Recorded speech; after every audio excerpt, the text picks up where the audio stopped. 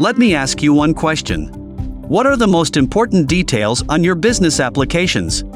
Of course, you need some identifiers to know which business application you are talking about. But after that, I'd say it's the people. People responsible for maintaining the applications, and people using them. But the problem with people is that they come and go. Your application owners may leave the company, or move to another department and role with other responsibilities. How much will it cost you if something critical fails, and the owner is not there anymore? In the next demo, I'm going to show you how DCM helps to identify these changes. First, we create a blueprint defining these responsibilities. In this case, we use an IT application owner as the one responsible for maintaining the application, and a business owner as the contact person when something goes wrong or needs to change. Both of these users need to be active user records in your ServiceNow. That was easy, but what if the people have not left the company, but have changed to another role or a department?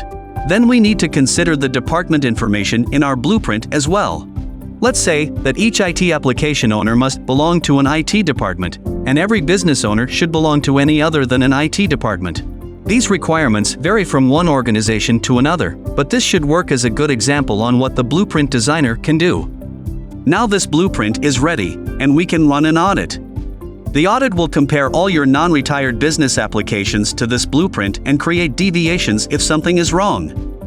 Already here, we can see that 54% of our application's responsibilities are in order, and to get a better idea of the deviations, we can look at the results from a blueprint's point of view. All our business applications have an IT application owner, but for 5 of them, the owner is no longer an active user in our system.